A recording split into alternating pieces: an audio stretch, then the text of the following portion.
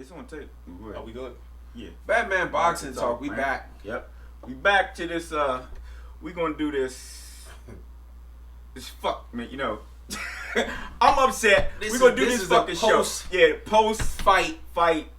Analysis. Analysis of like, okay, what happened in the fight? What we think happened, and what we think that both of them can go from here. But yeah, go ahead, Alan. You was gonna say something. Well, I'll hold that to after we talk about the fight.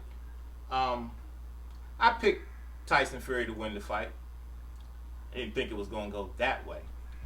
But the reason I picked Tyson Fury to win the fight is because I saw Tyson Fury make moves to correct things that he did in the first fight. So he came in with a different game plan. I wasn't happy that Deontay Wilder lost. This man saw how upset I was Saturday. I was upset because although Tyson Fury made changes, Deontay Wilder didn't.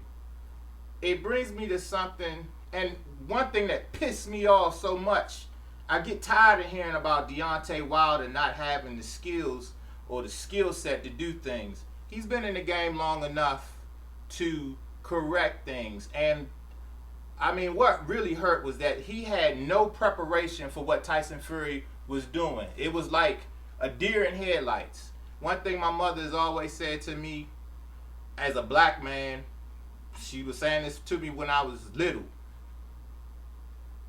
If something's going to get taken from you, let them take it from you because of the color of your skin, but not the content of your mind. I hate the fact that Deontay Wilder was outthought in the ring because boxing is the sweet science. You are always thinking in that ring, and he just got his ass whooped, and I'm pissed about it. He did.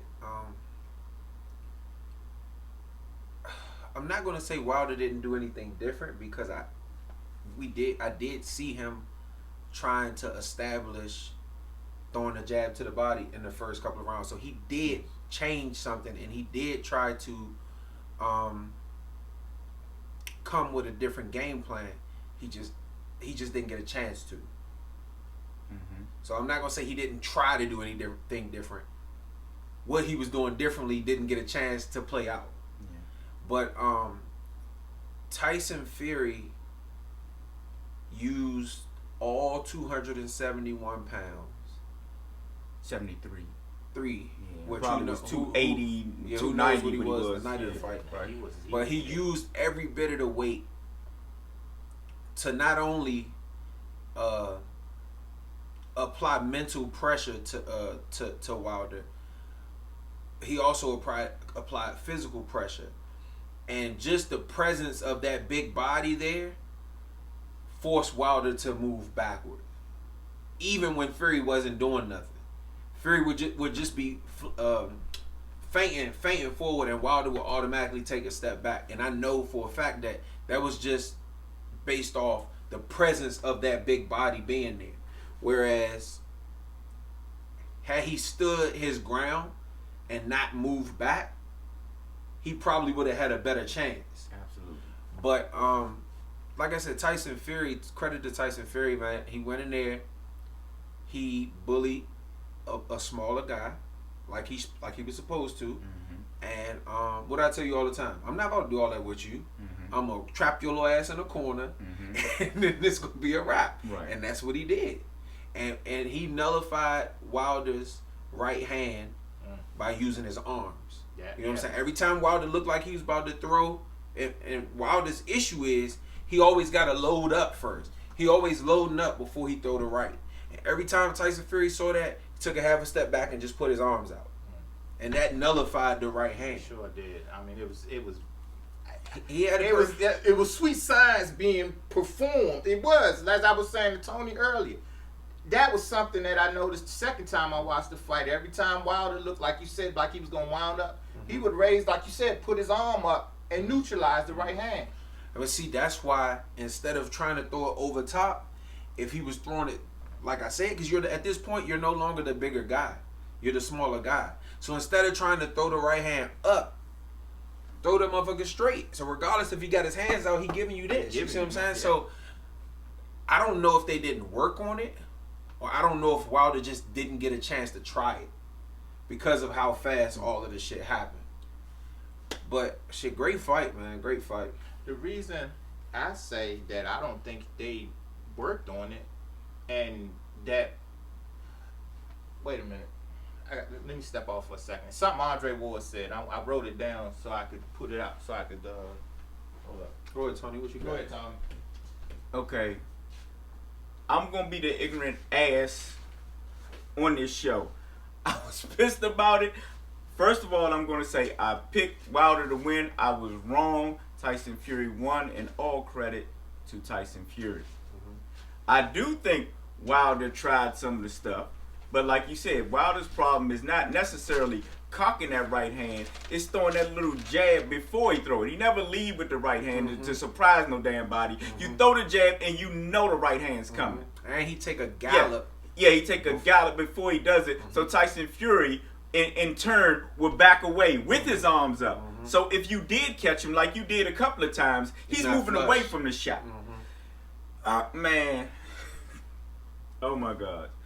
He just shrunk the ring on him. He shrunk the ring on him, like you said. I'm just so I'm so pissed off about, everything that happened. I mean, we was talking about off camera about, all this shit about, too heavy costume and and your legs not being there from the beginning. Actually, it was a close fight after 2 goddamn rounds. Nobody was getting dog walked in the first 2 goddamn rounds. Tyson Fury was putting pressure, but Deontay Wilder did land a right hand. He did throw jabs, like you said, Brandon. He was implementing stuff that was different. He was throwing jabs to the body. I even saw him throw right hand to the body, doubling up the jab. When Tyson Fury threw his jab, he doubled up at the jab and popped Tyson Fury in his mouth too. So until you got hit, it was and then shit just. Like I said, to me, I don't think Tyson Fury took control of the fight until that sequence came where I feel like he hit him behind the head. Well, he did and hit him behind the head. I watched it over and over and over. It ain't no feel about it. He did hit him behind the head. But because of the fact that Deontay Wilder was ducking that way, right, and the way Tyson Fury, it wasn't like Tyson Fury purposely aimed to hit him in the back of the head. It was supposed to be a shot, but Deontay Wilder ducked basically into it, putting the back of his head in line. You're supposed to protect yourself at all times. Even with that being said, I don't think it should have been called as a knockdown. Because of the fact that it was hit behind his head. Okay. I think not Tony Weeks, what the fuck? Kenny Bayless should have saw that he got hit behind the head and called it a slip or whatever, a push down or whatever.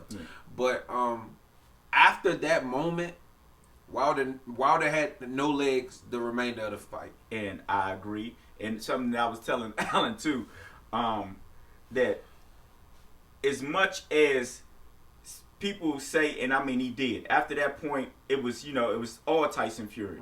But as much as people say that Deontay Wilder, where Tyson Fury was, killing Deontay Wilder, you had a man in front of you after that 3rd round incident with no legs, right, stumbling around the fucking ring, and you couldn't really take him off his feet. When you hit him to the body, it's because he had both his feet together and he was blocking. And I think that they worked on that too because it seemed, because people didn't see. Fury hit him with a left hook to the head, then he would hit him with a left hook to the body, but his foot was behind Wilder's leg. Oh, I didn't know that. But that's what I said. Kenny Bayless missed a lot of shit, and I ain't just saying this because I'm a Wilder fan. I keep it consistent. Wilder got his ass beat. Simple as that. It's that simple. Yeah. But Tyson Fury did have some dirty tactics up his sleeve. They weren't called dirt. They weren't dirty because the ref didn't call them. Right. But I feel like in that instant, Wilder needs to have some dirty tactics to go back. What did I say? Well, this is what because if the ref is allowing one thing to get off, then shit. If he allowed him to throw elbows at the end of his punches, then I'm gonna throw a fucking elbow. And this is another thing. I said this in our last video. Wilder's corner is too quiet. And that's what he's Mark Breland and JD. They don't talk enough in the middle of in between the rounds. They don't talk enough, and I feel like after he got hit behind the head, Mark Breland or JD should have been saying, look, he hitting him behind the head and he fucking choking him when he put him in a whistle name. That's how you get and that alone would have made him focus on those two things. Yep. And maybe it would have forced him to warn Fury or take some points away, which would have caused Fury not to try to do it as much. Or would have took some of his game plan away from him. But to me, that goes in hand with having a smart corner. And I'm not saying that JD's and Mark Breland not smart. We know how good Mark Breland was. But having the knowledge and then displaying it or putting it out in the open is two different things. That's true. This is what it's something he said. Yeah, he's something you said. But I mean, I want to piggyback off what Brandon said about the corner and about what you were saying about the corner, Allen, about Tyson Fury's corner. You notice in one round, I think it was the 4th round, when Tyson Fury started throwing the shit. You could still tell Wilder was trying to think in there. He started ducking the shots, but he ain't have no legs. But he was staying close to him. Right. And when he went back to his corner, Sugar Hill told him, he's ducking now. Right. Stop trying to you falling in. Right. Feint. Right. You know, then just throw the damn shot. He right there for the shot. Because he's ducking now. Right. Wilder's corner just pushed forward with the right hand. Right. How the fuck he gonna push forward with the right hand when he has no legs? This is what Andre Ward did a marvelous job commentating. Andre Ward in the 7th round said his corner is not treating any of his injuries. Right. They are just telling him to press forward. And when you have a reputation like Deontay Wilder and your team believes it, they don't challenge you to get better in certain areas. It shows up like tonight. They're even in denial. Right. They need to check on his well-being. Are you okay? Can you continue? And then start to coach him to a win. None of that happened. And I think I said, I hope they're not going there. Or was it you that said, I hope they're not going there with the mentality of he just need to land a right hand. And I think I piggyback by saying, yeah, they need to find different ways to set up him landing the right hand. But like I said, Tyson Fury had the better team. Tyson Fury had the better game plan, and he executed his game plan better. And it's that simple. It's that simple. I don't want to hear nothing about no suit. I don't want to hear nothing about no not having legs before. I don't want to hear nothing about him hitting behind the head because your corner should have controlled that when it was happening. Like I said, at the end of the day, Tyson Fury was the better man. Yes. And Bottom line. You got something else to say? Yeah. What I want to say is like you said, another thing too that I want to piggyback off what you said, and I was telling Alan this too. If your corner don't do nothing, or if I was in your corner, I would tell him that.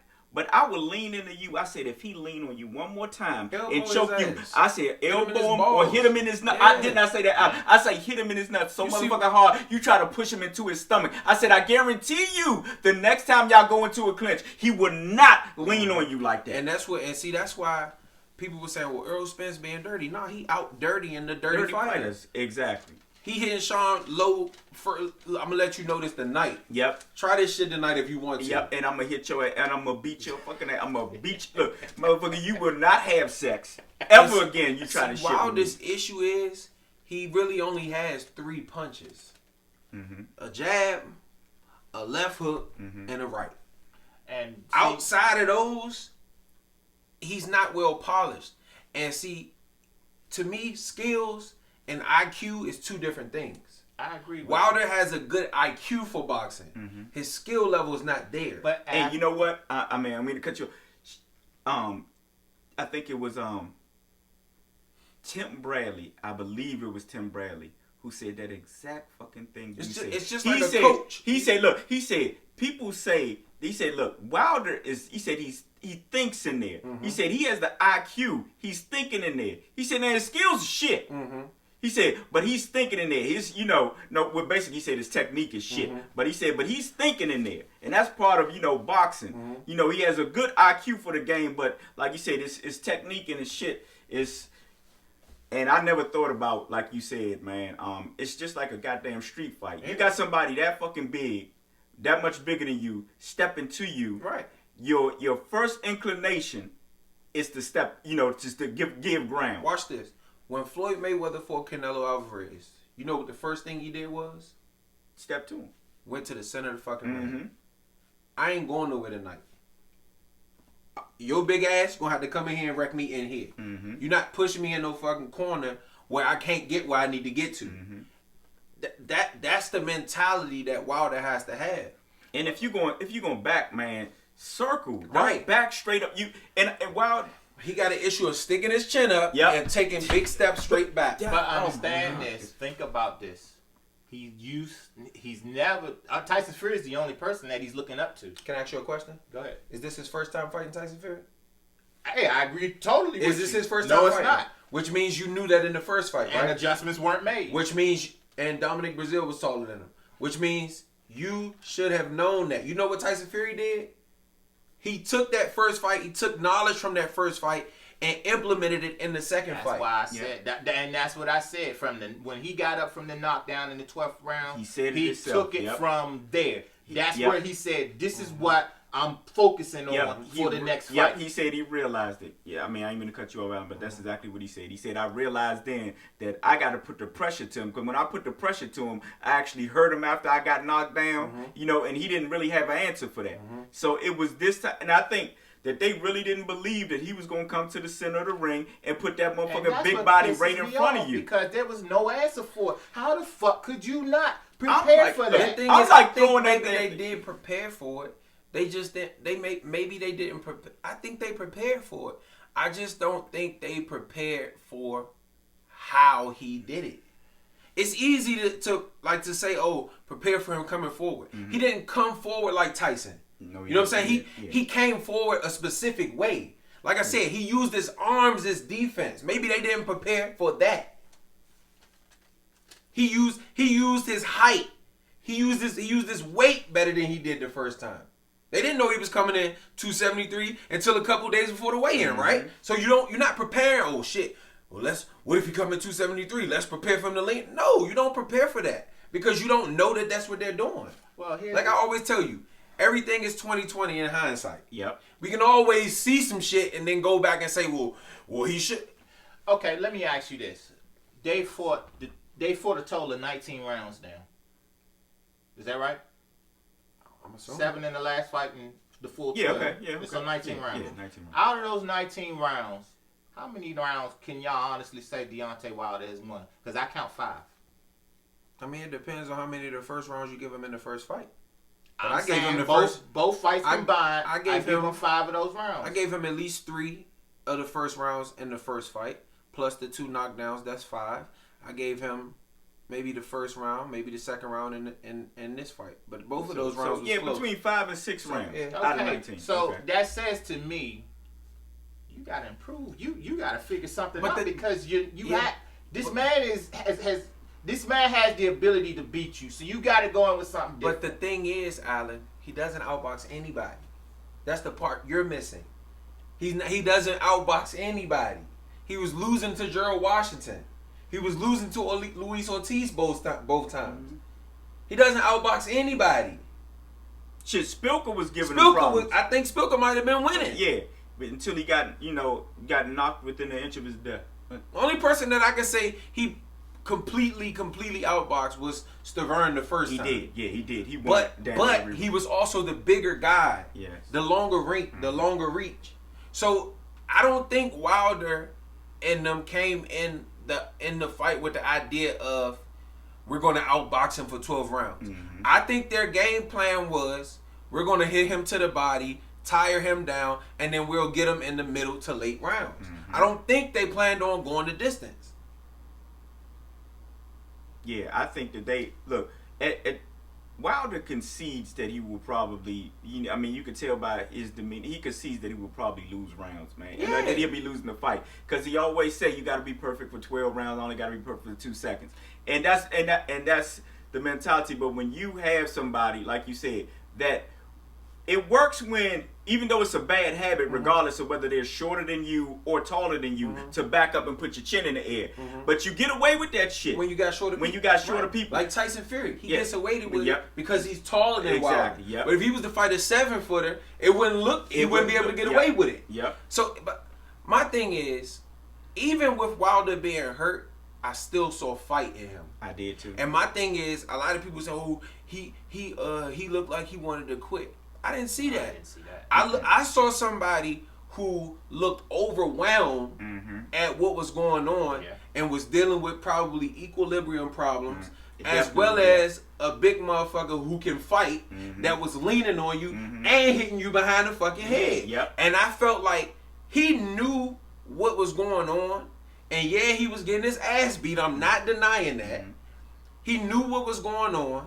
I think the reason why he was going from corner to corner was because he didn't have legs. And I believe that he was trying to use the ropes to keep him up. Yeah.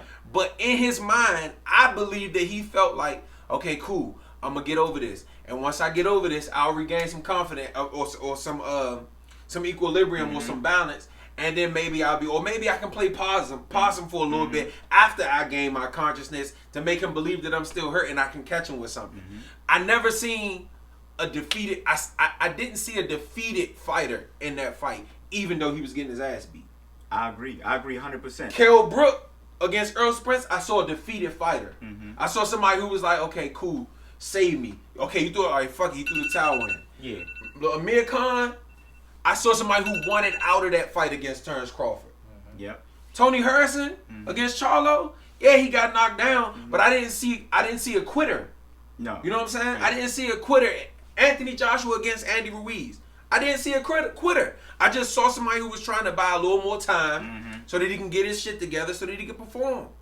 It's a difference.